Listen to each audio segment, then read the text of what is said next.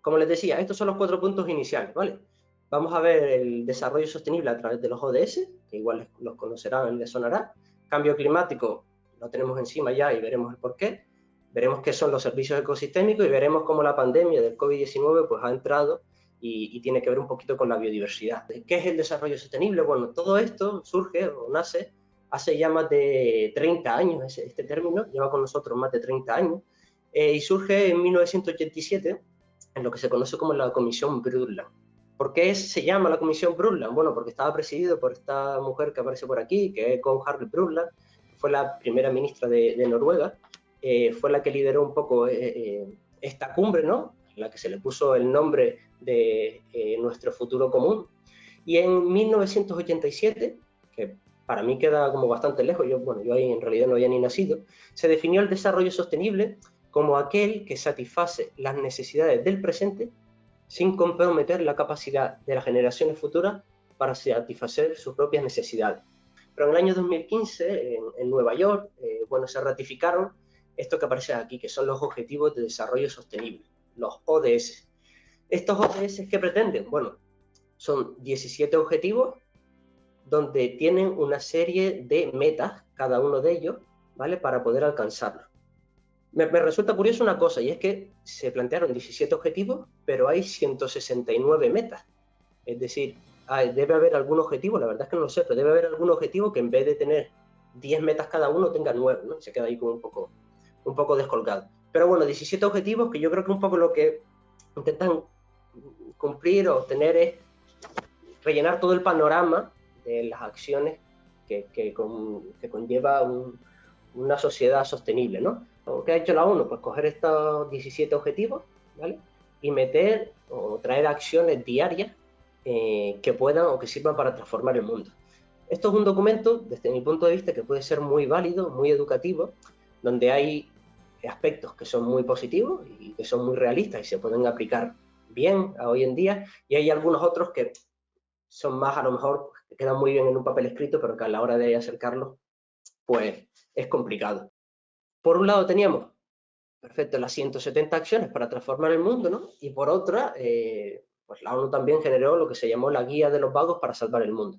Esto también, muy gráfico, muy visual, pero una forma de acercar esta realidad que tiene mucho más trasfondo, que tiene una serie de metas y objetivos que cumplir, a algo sencillo del día a día. A los ODS, para llegar a cumplirlos, hace falta tener o cumplir 3 requisitos, o que alberguen 3 aspectos, ¿no? El primero de ellos es que estén el crecimiento económico asociado, por otro lado, la inclusión social, y por último tiene que estar la protección del medio ambiente metida para que los ODS puedan llegar a ser factibles y realistas. Y después hay muchos proyectos que van asociados, que están relacionados un poco con estos objetivos de desarrollo sostenible y después con los diferentes puntos que toca, ¿no? Balcom Mac trabaja y ha hecho unos juegos muy dinámicos para acercar los objetivos de desarrollo sostenible, sobre todo a los más pequeños, ¿vale? A los centros escolares. Hay algunos para adaptarse al cambio climático, hay otros para revalorizar la biodiversidad, uno para los aspectos de la vida y ecosistemas marinos, como aparece por ahí Rescoast, ¿vale? Hay muchos aspectos, hay muchos proyectos que están trabajando en esta línea. Bueno, seguimos ubicados un poco en el año 2015, ¿vale? Porque fue un año también bastante importante. En ese año se celebra la Cumbre de París, ¿vale? O la Conferencia de las Partes, la número 21. Ahora mismo estamos inmersos en la 26, que ahora hablaremos también un poco de ella, pero aquí tenemos la número 21 que se celebró en París en el 2015, donde supone un hito, ¿vale? Y si se genera este objetivo principal, que es el de limitar el calentamiento mundial a muy por debajo de los 2 grados centígrados, intentando hacer un esfuerzo para no superar ese 1, grados centígrados en comparación con los niveles preindustriales, ¿vale? El IPCC también hace muy poquito, hace unos cuantos meses, que es el panel que trabaja un poco todos estos informes, sacó el 6º informe donde analizaba un poco así de manera desglosada o de manera ya pormenorizada cuál era la situación de qué suponía el cambio climático hoy en día, ¿no? Y dejo una serie de titulares, les pongo yo 3 por aquí, bastante importantes, ¿no? A ver. Ahora, el primero de ellos es que desde 1850 hasta hoy en día la temperatura del planeta Tierra ha subido 1,1 grados centígrados. Eso es ya un hecho y está totalmente recogido, ¿vale? Y evaluado. El segundo, o el segundo un poco aspecto que comentaba, es que es indiscutible, y estas son las palabras que ellos mismos utilizaban, indiscutible que la influencia humana está detrás de este cambio climático. ¿Sí? Y el tercer titular que dejaban por ahí, y es que a menos que queramos tener un impacto importante, ¿vale? Debemos tener o debe haber una serie de actuaciones que sean inmediatas, rápidas y a gran escala para evitar un poco el desastre que se nos viene encima, ¿no? La mitigación es, digamos, un poco así lo inicial. La mitigación es, o consiste en un poco intentar reducir las emisiones que se van a verter a la atmósfera. Y por otro lado, la adaptación es intentar limitar los riesgos que hay derivados de estas emisiones para intentar reducir lo vulnerable que nosotros podemos llegar a ser, ¿vale? ¿Qué ocurre con estos dos términos? Que son totalmente complementarios, ¿vale? No podemos adaptarnos si no mitigamos. ¿Por qué? Porque si llevamos a cabo una acción de adaptación y no estamos mitigando, esa adaptación se nos va a estar desbordada cuando las emisiones sigan superándolas, se nos van a desbordar muy pronto. Bueno, esta es la proyección que hace el Ministerio para las emisiones de CO2 en los próximos años. Fíjense, desde el pico de emisiones se alcanzó en el 2005 aproximadamente, ¿vale? Con 439 millones de toneladas de CO2. Y para que España sea neutra quiere decir que todo lo que emita los bosques, todo lo que emita el país tiene que ser compensado por los bosques, los océanos y los suelos, ¿vale? Tenemos que alcanzar las 29 millones de toneladas de CO2 anuales. Y fíjense cómo hay sectores donde el objetivo es llegar a cero, por ejemplo, la generación de energía eléctrica, el objetivo en 2050 es que sea totalmente o 100% renovable, pero hay otras donde, lo veníamos hablando, la agricultura y los residuos van a suponer pues, un porcentaje altísimo, más de la mitad, ¿vale? De 29, pues 19 millones de toneladas de CO2 solo va a estar relacionado con agricultura, residuos y ganadería. ¿Vale? Si esto lo acercamos a Canarias, bueno, esto es las emisiones de Canarias a lo largo de todas las últimas décadas, el pico también lo alcanzamos en el año 2005, ¿vale? Hubo un pequeño pico también después de la crisis del 2008, que se alcanzó allá por el año 2009-2010, pero el pico se alcanzó en el año 2005. Pero aquí, Canarias, lo que ha hecho es intentar, se ha puesto una serie de objetivos, ¿no?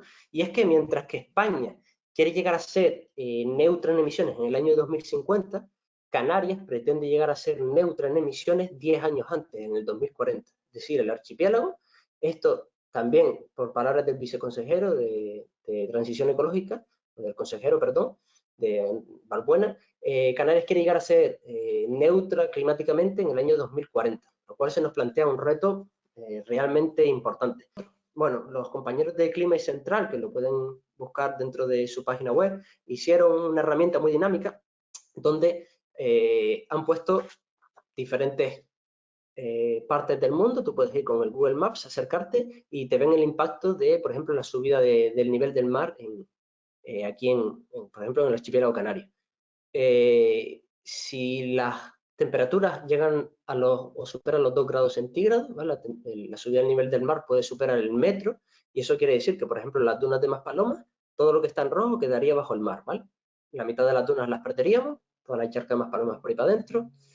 Esto de aquí es La Graciosa, ¿vale? Todo el pueblito de Caleta de Sebo también lo perderíamos, las grandes playas, la Francesa y, bueno, toda la costa también de Lanzarote, el norte, fíjense, Órsola también como quedaría. Esto es Corralejo, ¿vale? El norte de Fuerteventura, por ahí para adentro entraría el mar también. Esto aquí a la izquierda es el pueblo de Arinaga. Bueno, yo soy de allí y siempre me gusta hacer una idea de ver cómo sería Arinaga si esto sigue hacia adelante, ¿vale? Lo único bueno es que el mar se comería el puerto que tenemos por ahí, que la verdad es que no cumple ninguna función, pero el resto sigue siendo una desgracia. Estos serían los roques de salmón. En realidad sería el roque de salmón y quedaría un trocito de roque de salmón. Y esto aquí sería la ciudad de Las Palmas de Gran Canaria si el nivel del mar aumenta en las próximas décadas 1 metro, ¿vale? ¿Qué son esos servicios ecosistémicos? Bueno, pues un poco lo que les hablaba ahora, ¿vale? La FAO lo define como los beneficios que nos da la naturaleza al ser humano, simplemente por el propio hecho de existir, ¿vale? Y están esos 4 grupos. Aprovisionamiento o abastecimiento son los más básicos, los que un poco nos dan las materias primas o lo que nos dan los alimentos. Puede haber los de regulación, que son sobre todo los de control de grandes efectos climáticos, control de plagas, enfermedades, la regulación de la calidad del aire, ¿vale?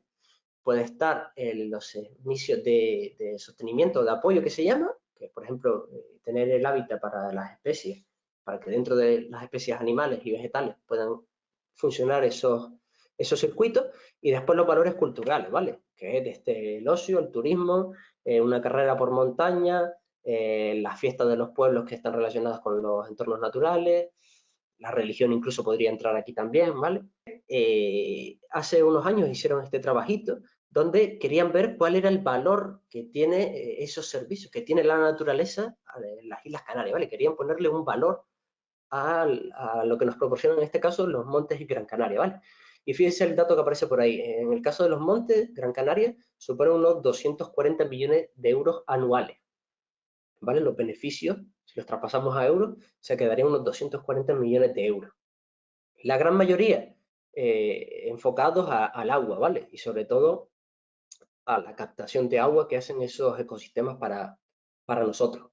Viene a haber una parte importante después, que son los usos recreativos para los no residentes, en este caso todo lo relacionado con el turismo, ¿vale? Porque hay turistas que vienen y dejan dinero solamente por disfrutar de nuestro entorno, ¿vale? Pero también biodiversidad, captación de CO2 o, bueno, o simplemente que los llanos de la Pez estén chachi para nosotros ir un sábado y hacer un asadero allí a gusto con la familia, ¿vale? Entonces, ¿qué pasa? Vamos a hacer un poco de recapitulación.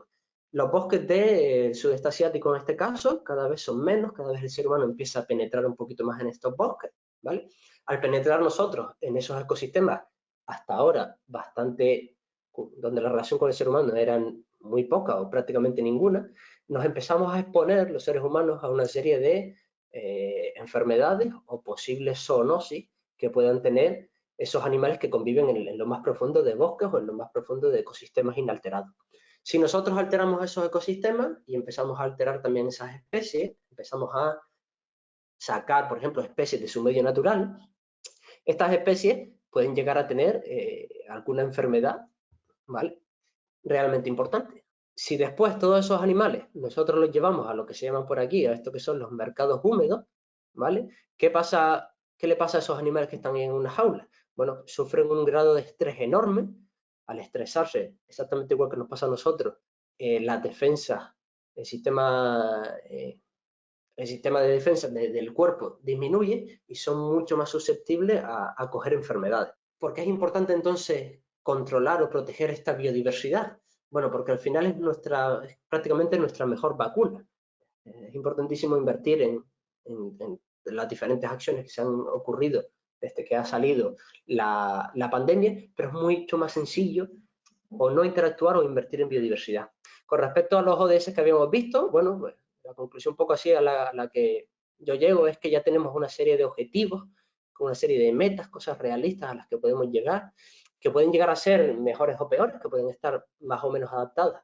En muchos casos pueden llegar a ser muy ilusiones a largo plazo, pero que pueden llegar a ser unas muy buenas herramientas comunicativas en niveles, sobre todo para los niños más pequeños, y también para empezar a poner pequeños pasos, ¿vale?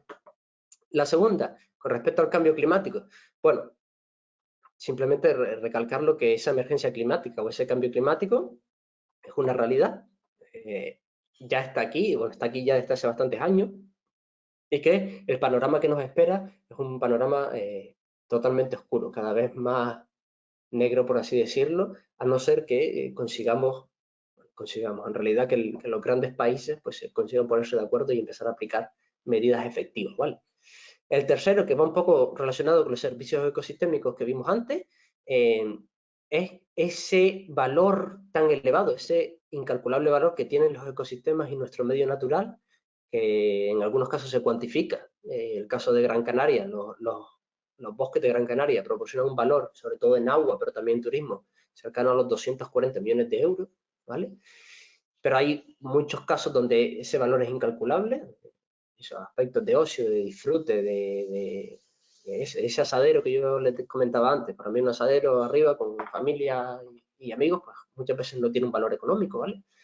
Y la última, que viene relacionada un poco con la COVID y con la biodiversidad, es lo que les comentaba antes, que nuestra mejor vacuna es tener un medio ambiente que sea sano, un medio ambiente que sea donde todas las interrelaciones, funciones estén en marcha y se contrarresten o se regulen por sí solas, ¿vale?